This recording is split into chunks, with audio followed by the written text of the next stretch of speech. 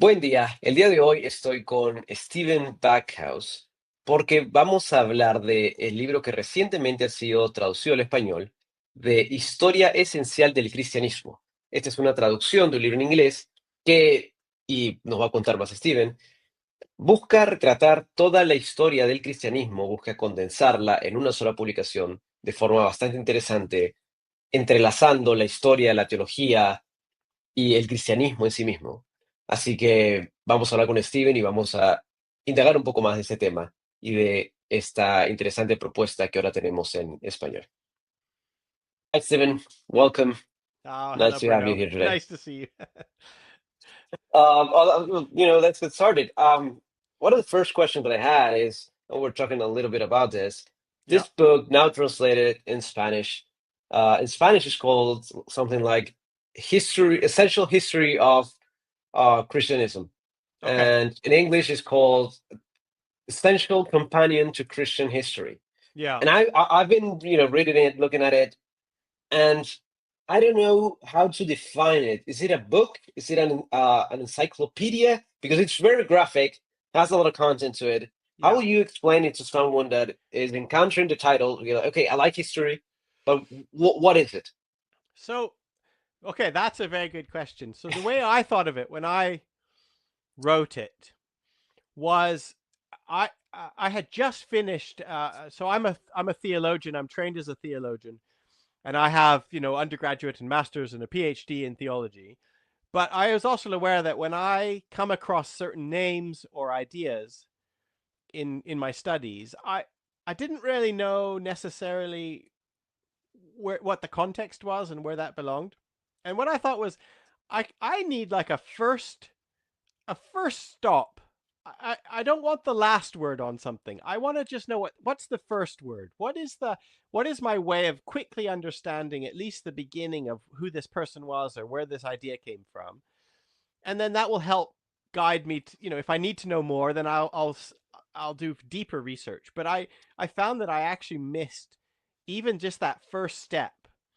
Mm, And so when the idea for this book came up, I was like, yeah, what if we wrote something which wasn't like this 2,000 page huge book which went into great detail, because Christianity is the most wide, diverse ideology or world movement that humans have ever known. Like, there's more people that call themselves Christian than any other religion, and the people who call themselves Christian, they can hold positions that are exactly opposite to another group who also calls themselves Christian.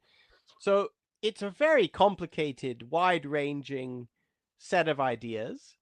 Uh, and I'm not trying to, and I didn't want to like tell only one story of one of those ideas or tell only my favorite stories.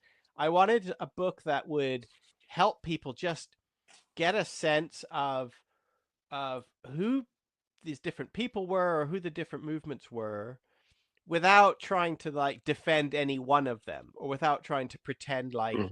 this is the right one. I just wanted to say this is all of them.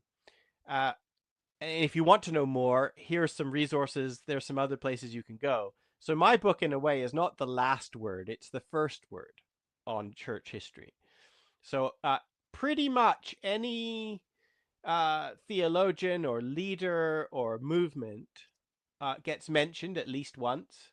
I think every nation in the world gets mentioned at least once in the book. Mm. We talk about all the different varieties. So Protestant, Catholicism, evangelicalism, Orthodox, charismatic. We talked about the new Christian movements like Mormonism and the Jehovah's Witness. We talk about all the different strands that have come out of the Christianity, and they all get a mention at least somewhere.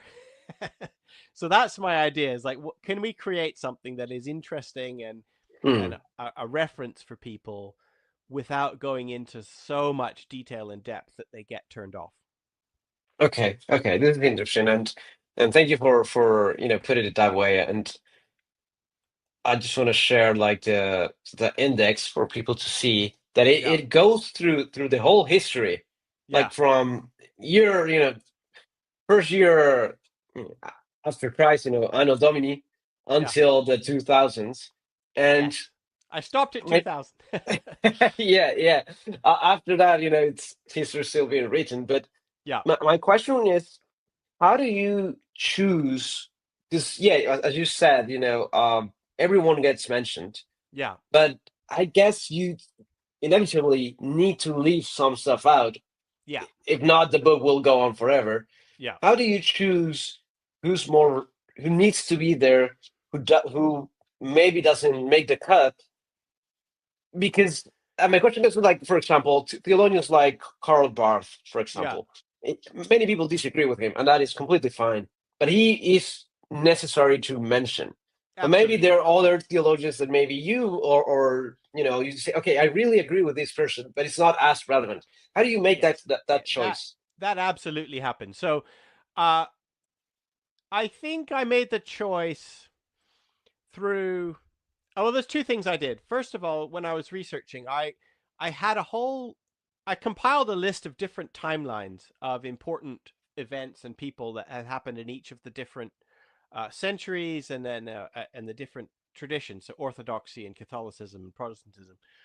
So in a way, I was relying on these timelines, and I thought, well, if a historian mentioned this person, then it's probably important.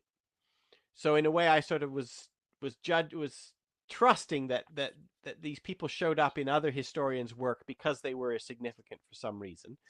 So then, if I found when I was making my timeline, if I saw the name, I wrote it down, and then I would go and do a little bit of research. And I found a way to try and talk about each of those people within just a paragraph or a sentence or something. So that was one. I used other people's histories in order to determine who was historically important or not. And then sometimes where I would also, because I am a trained theologian, you're absolutely right, Bruno. There were some people that I personally liked and thought were excellent theologians or excellent figures to listen to. But I had to admit to myself, well, they haven't necessarily become. I was interested in who are the people who other people had to respond to because of this person. Mm, Who are the people that made an impact? And I wasn't necessarily trying to think for good or for bad. I'm just saying who made an impact. Which people, when they did their thing or when they thought their thoughts or led their movements, did that affect everyone else?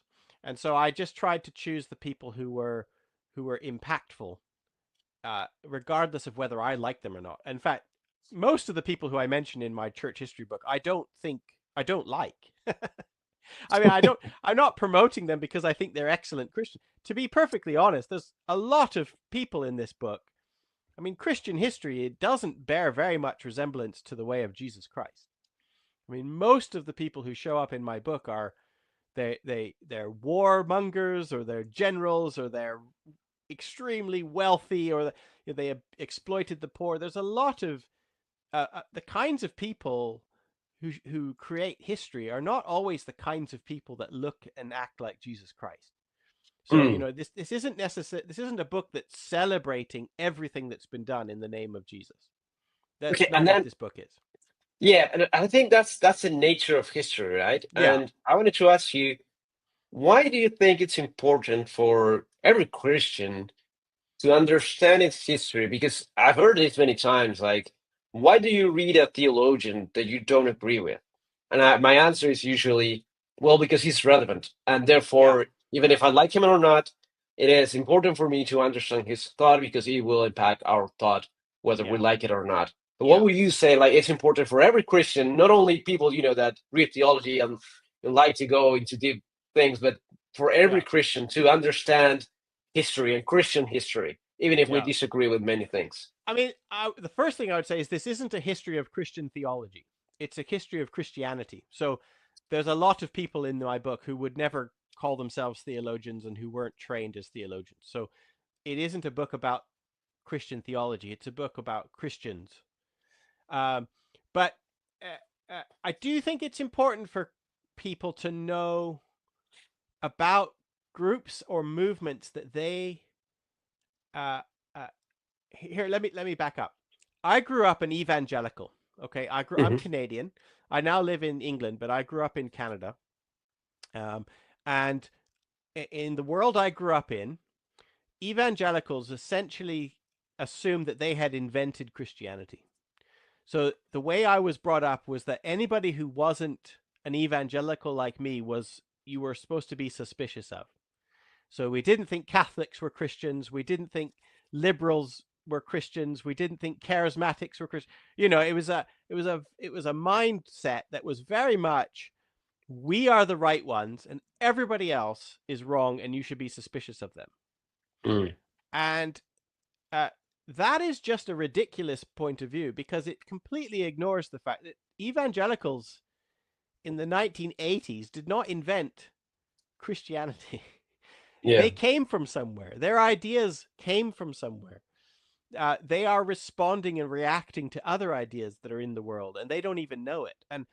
And so I was thinking about that for myself, and I'm aware that that happens to lots of different people in lots of different traditions.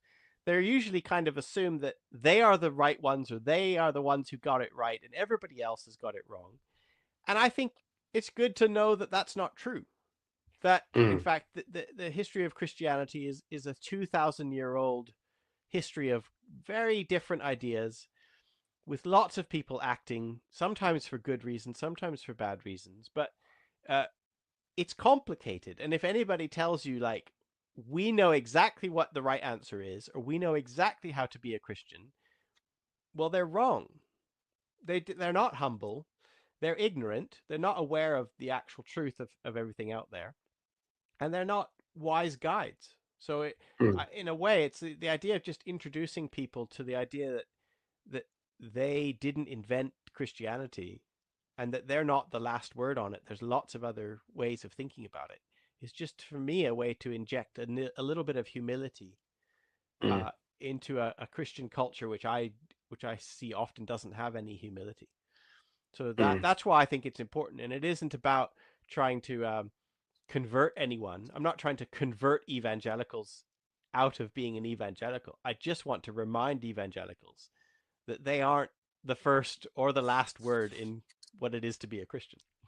No, yeah, yeah, definitely. And just as Yeah, a reminder for people that are watching this, there's a link in the description where you can download a small sample to get a glance at the book. It's really, honestly, very well, not only in its content, but it's very dynamic. I like it a lot. It's very there's lots of dynamic. pictures and images as well, and yeah, Yeah, yeah, it's very much. I like what you said. It's the first word on many concepts because yeah, that happened to me as well when I was starting to do a little bit more, read a little bit more yeah, theology. yeah, I would get glance at a term or at a name, and the author just keeps going. Like yes, I have no idea who this is, and I'll yes, have to go yes, to a dictionary and be like, oh, okay, yeah, and yeah, get a little glance of it. But this yeah. book does that very well, Well, and another and thing that, like you mentioned, Karl Barth, right? So he's a yeah. famous. He was an Austrian German theologian. He lived during the time of the Nazis. He was actually expelled from his university because he wasn't a Nazi and wouldn't swear an oath of allegiance to Hitler. And so, if you were a theologian or just a Christian and you'd heard about Karl Barth and you'd look him up in my book, and you'd find out a little bit about him, but you'd also find out sort of what country he's from, and but you'd also find out at the same time what was happening in other parts of the world at exactly the same time. So Karl Barth is an evangelical Protestant. Well, what's happening in the Greek Orthodox world at this time? What's happening in Russia? What's happening in Brazil? What's happening in Korea? So I tried to show that like there were lots of other Christian people working at the same time. So I don't write a chapter about Karl Barth, but I put Karl Barth into the context of which he's living. So that's part of what I wanted to do, just to Mm. help people orient you. Yeah, but by no means would I think that my book tells you everything you need to know about any of these people. Oh, yeah, definitely. And now you mentioned a moment ago, like the benefit of understanding history, like that Yeah, vertical line towards the past. But now you touch on like the horizontality of it as understanding of like you can be evangelical, but you're not the only one. yeah, But there are like Roman Catholics, Orthodox, all part of Christianhood, if yeah, that's the term we want to use. what would you say is the benefit of that understanding, that not only the vertical, past sense, but the Yeah, horizontality that's a of good way of putting it. Yeah. understanding it? What would you say is the main benefit of it, or the need for it? Um. Well, I did use the word before. I think there's a kind of a humility that comes Hmm. from not thinking that your group is the only right group or is the only way to do things. I think there's humility that comes from that. The other thing is, I was a theological educator for a long time.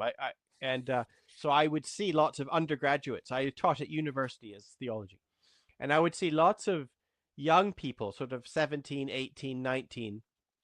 They would come to study theology, and it's usually because they were keen Christians. They were committed Christians in their tradition, and they would come to study theology, and all of a sudden they would encounter a whole world that was much bigger and more complicated than they'd ever been taught growing up.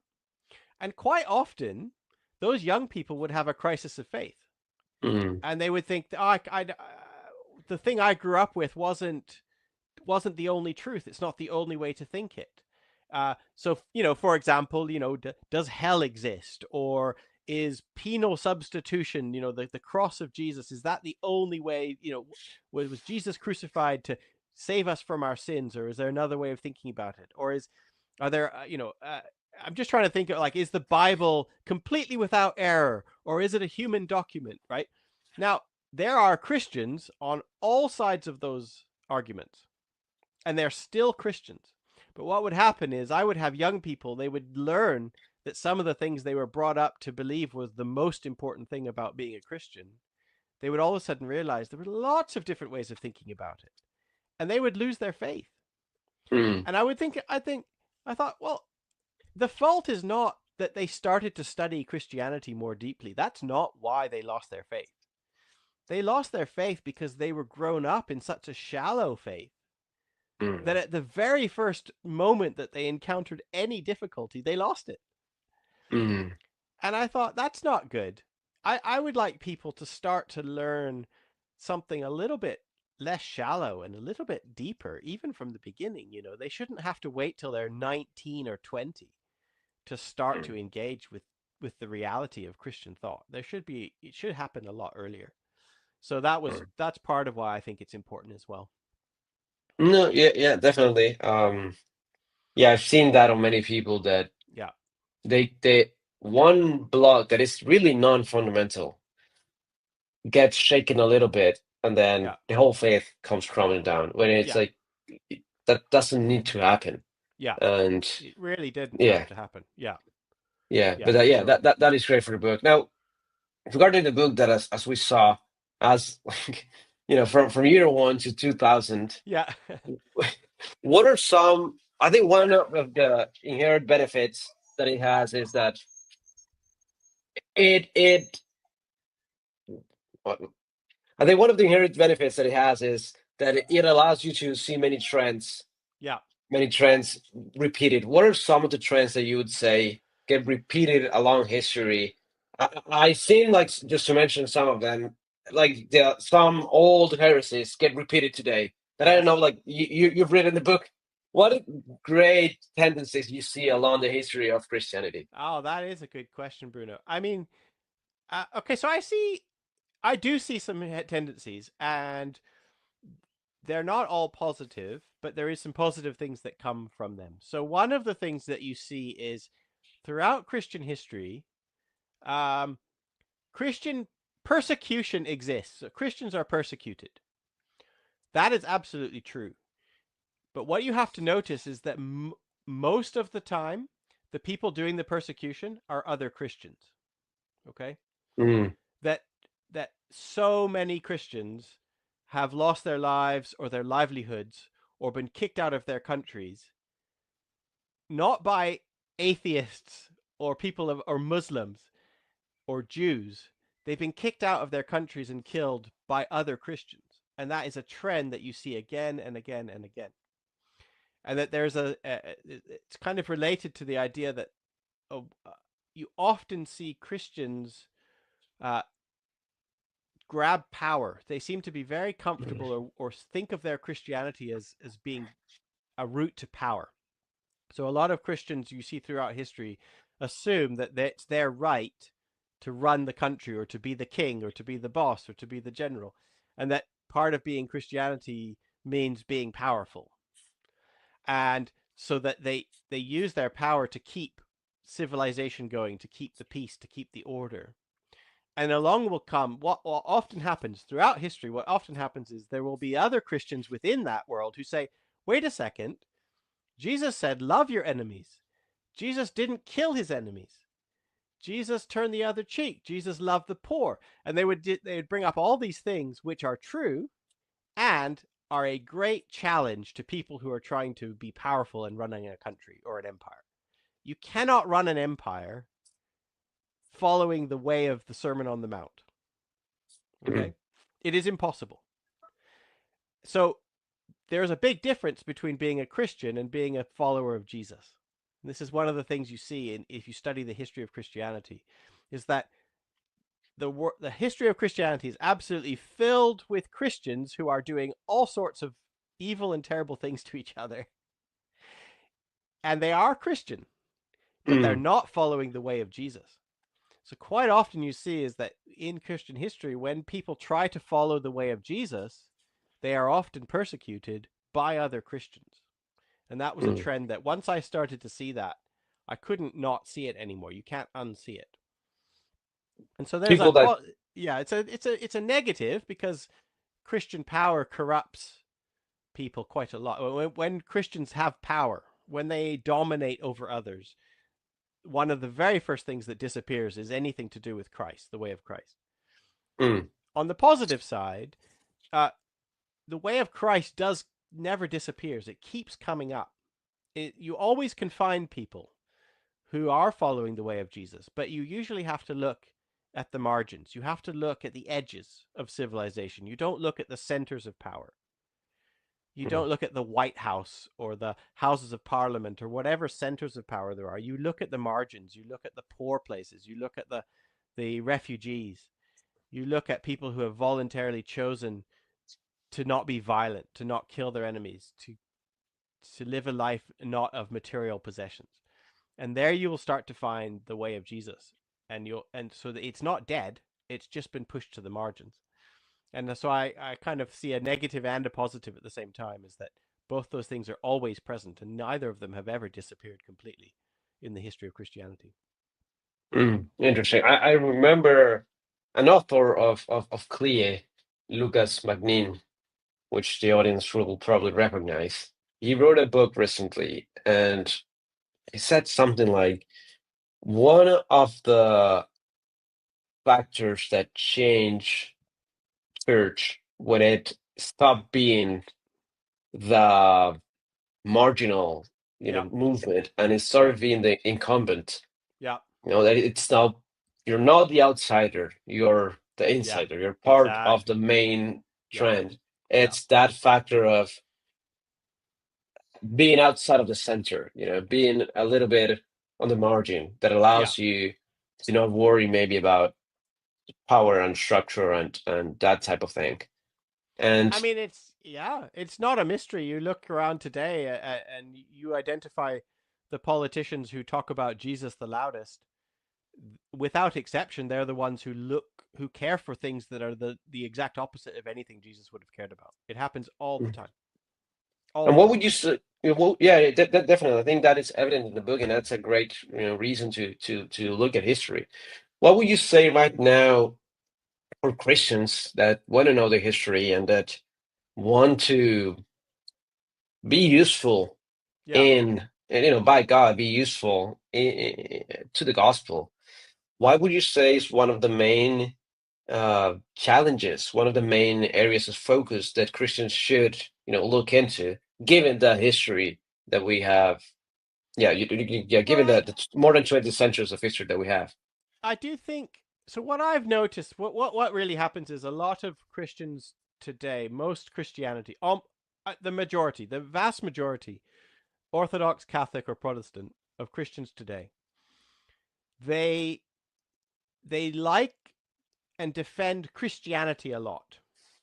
mm, The idea of Christianity, they want to defend it, and they like to vote for people who will defend Christianity, and they like to think of defending it and fighting for it and attack, and they feel under attack, and they often, Christians love to feel persecuted. They love to feel like their civilization is under threat because they think of Christianity as a civilization. mm, They think of like, we built this civilization, we built this morality, and so now that everyone's taking it away from us, the foreigners and the liberals and the whatever are taking away our civilization, and we need to build it up again.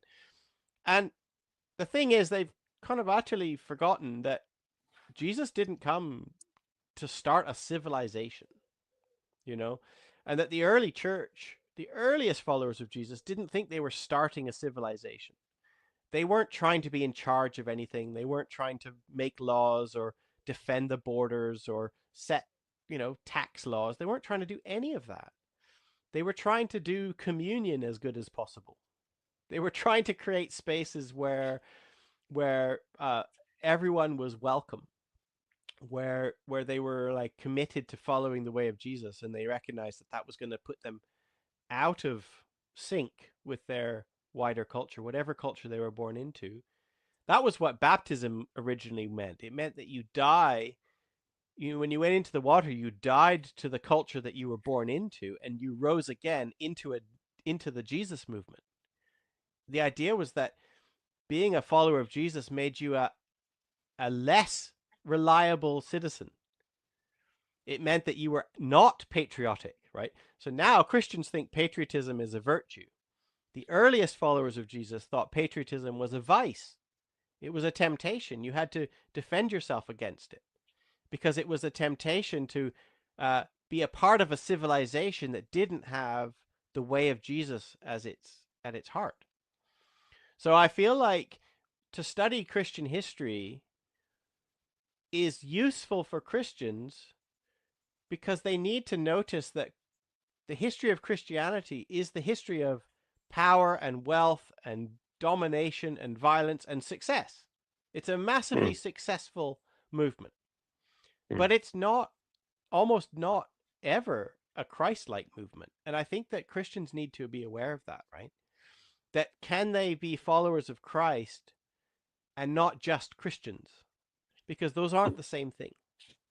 And I mm, think sometimes the history of Christianity, it has very good stuff in it. There are excellent people and movements within the history of Christianity, but there are other types of examples. And I think it's useful for followers of Jesus to start to recognize the difference between civilizational Christianity and the way of Jesus, right? So sometimes it's used. I think that's a temptation that Christians have today, or well, they've had for a long time, is that they think that their job on earth is to promote Christian civilization, mm, and that's not their job. Their job is to look like Jesus to the people mm, around them. That's their job.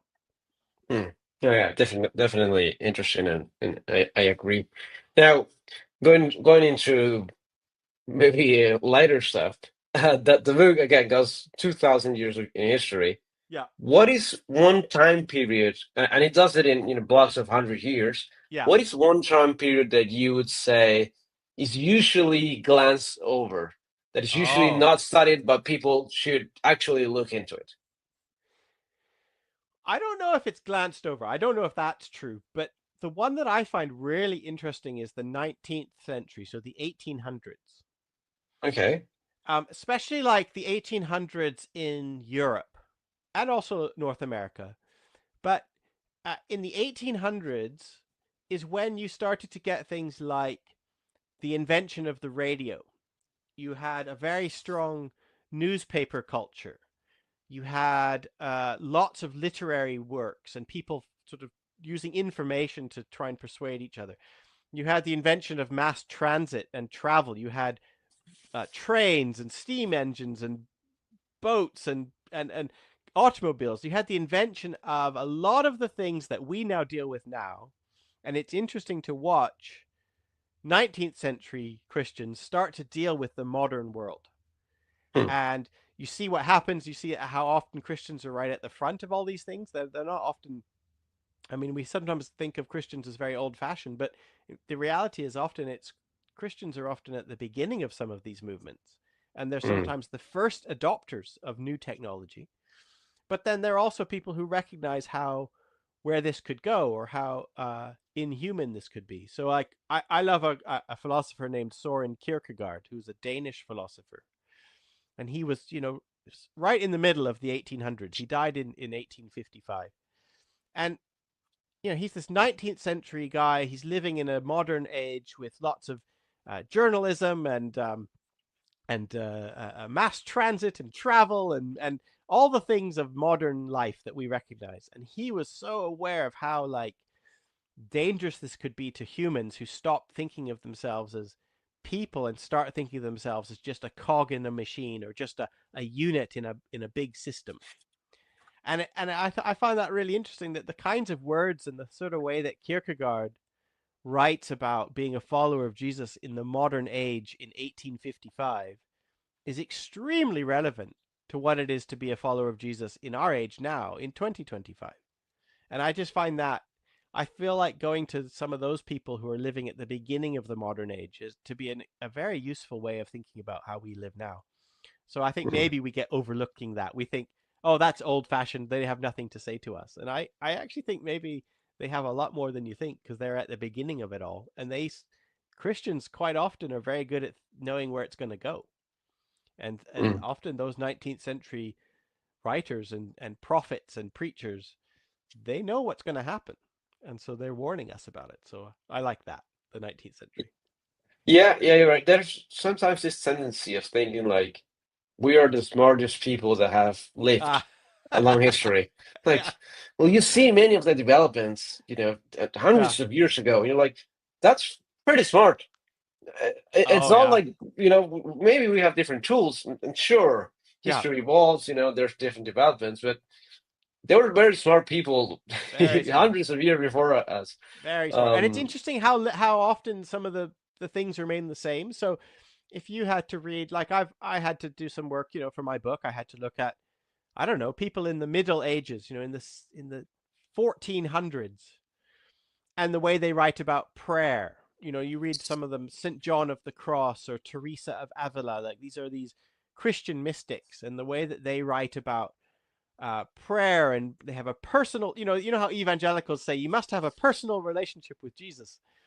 Well, here are these people writing in the 1400s, the 1500s, and they have a personal relationship with Jesus, and the language they're using is very relevant today to what you might mm, recognize. And I think, oh, that's interesting. We would have assumed that because they're so old fashioned, they have nothing to say to us. But in fact, you can read them today and almost require no translation at all. It's very relevant. So you realize some things don't change. The human psyche stays the same. The spiritual relationship stays the same no matter what age you're in. yeah, yeah, definitely. I Yeah, just want to show people, uh, like the 19th century page of the book. If there we go, and this is in Spanish, and yeah. it has a little There's bit of Napoleon. Napoleon. Yeah, Napoleon. There's huge revolution. All the revolutions yeah, all the that revolutions: the matter. Spanish Revolution, Italian Yeah, Revolution. yeah, Uh, this is North American Catholic, South American Catholic. This the parallels are very interesting, yeah, very relevant. yeah, yeah. Korea, Japan, um, opposition of church, new practices, faith. Yeah, that was the beginning of a lot of the movements that today we sort of recognize as kind of Holy Spirit movements. Revival movements are happening in this time as well. The Yeah, beginning of, yeah, of of what would become the Pentecostal movement is happening. The roots of that are happening. So it's the beginning of some major developments in Christian history are happening in the 19th century. yeah. You're right. Here's papal infallibility. Now Yeah, that there's a new pope, that is interesting to get a look at. yeah. High critic, which is this has stayed until now. It's a big, That's big topic. that's a theological development. The ways of reading the Bible in ways that are perhaps less There's a critical version of the Bible, like looking how did it get constructed and what was the agenda behind the different writers of the Bible and that kind of thing, which is a very impactful way of thinking about Christianity, and it's a Christian invention which challenges other Christians. Yeah, yeah, definitely. Oh, there's Jesus, Kierkegaard. I can there's see it. Kierkegaard. Yeah. There he is, all young. There's Kierkegaard, big theologian that we Right. need to, look at. And yeah, the book, touches on, I think, that the main things, the main topics, the main things to look at, and then different renowned people. I wrote And a I yeah, wrote a biography of Kierkegaard, which is published by the same authors. Publishers. Maybe it will get translated into Spanish. hopefully, It well, was translated into Portuguese. I know the Brazilians and Portuguese have it, but it hasn't gone yeah, into Spanish yet. it's very similar, but Dostoevsky that Ah, has Dostoevsky. now gained a lot of, I don't know how to call it, but there's a lot of notoriety Yep. amongst Christians, Yep. because different authors mention him. Like what this is one of the authors you have to read. It's Yes. very very current, very modern, very Very current. fashionable Yeah. to mention Dostoevsky. It's also along this time, Yeah. and yeah, as I said, it's very dynamic. I like the way they've done it, and then we get into the 20th century. And then the 20th Uh, century, and we even get to the moon. So I one of the things I thought was interesting was that one of the very first people on the moon took some communion wafers and wine with him, and he had communion on the moon.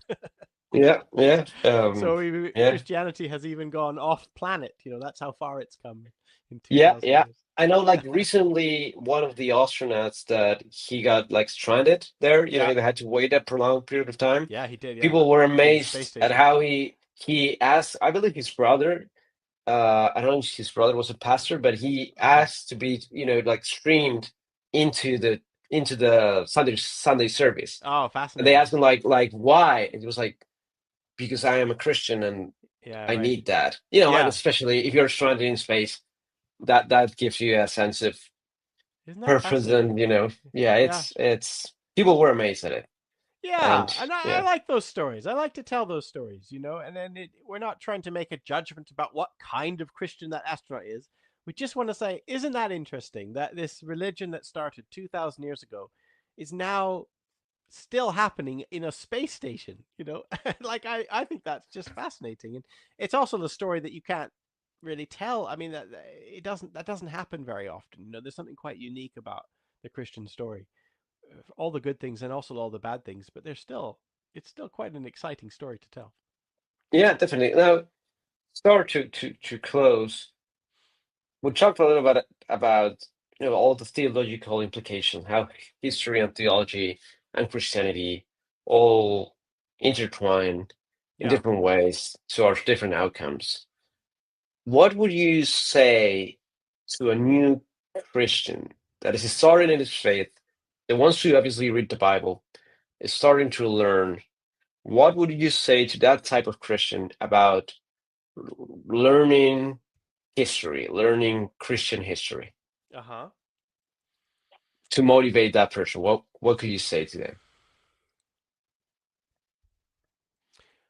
I think the first thing I'd like them to do is to get a copy of the Sermon on the Mount in front of them, and then a copy of my book or something like that, and just go through this story of Christianity, and just pay attention to when it does and when it doesn't agree with the Sermon on the Mount or with the way of Jesus, and educate yourself. Like that. That's sometimes the best way to see what the way of Jesus really is to look at what happens when we don't follow the way of Jesus, and what kind of misery happens. So I would say, like, I really don't think my book or church history is what you need to read to become a better person or a better follower of Jesus. I think that you need it as a way to show what can happen when people stop following the way of Jesus, or when they substitute Jesus for other things. So I would want a new Christian to really know what Jesus is about before they start thinking about what Christianity is about.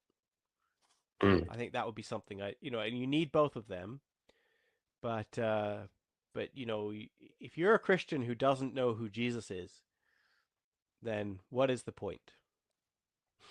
Mm. Yeah.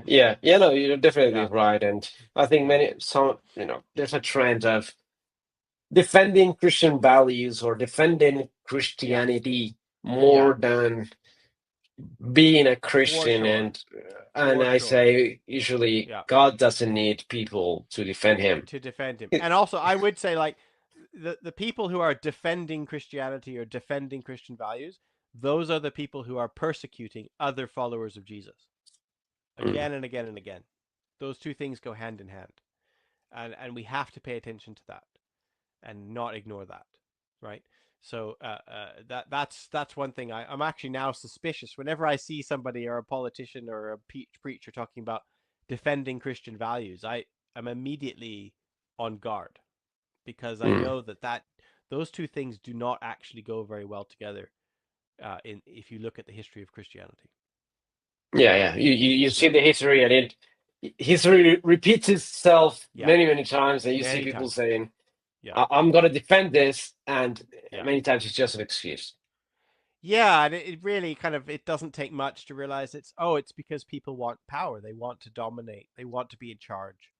They want to Mm. protect themselves and what they've got. And that's not Jesus wasn't like that, you know. He Mm. wasn't all about defending and killing other people to defend what he's got. He was the exact opposite. So you know, Mm. I do I like Jesus a lot. I'm not always a fan of Christianity, right? But I do think it's Yeah. important to pay attention to the history of Christianity because it helps give us some context. Yeah, definitely. Well, just to again, I want to close by inviting people to, if you're getting used to or starting to dwell on and read on history, the book, Historia Esencial del Cristianismo, now in Spanish by Clie, summarizes 2,000 years of Christian history in a very, very good way, in a very dynamic way. And I like the way you said it. It's a first word on many topics Yeah, that it happened to myself. I started reading, and there's so many different terms and people that I didn't know who they were, and I, needed to go into different yeah, stuff to understand it. I believe this book does that very well. And just if you want to close us with any word to people that might encounter the book, and yeah, invite them to get it and to read it. yes. Well, thank you very much, Bruno. I'm very glad if people read my book. That's why I wrote it. I'm very happy for people to see it. All right I then. had fun writing it too. I had a great time writing That is always important. So, well, it. thank you, Stephen, for your time. Thank you, Thank you, Bruno. everyone. As always, Bless you. the link is in the description. You can download a sample, and the book is available in at Clia's website. You can get it digitally. You can get it in the physical book, and it's a great book. So, thank you again for your time, and thank you, everyone.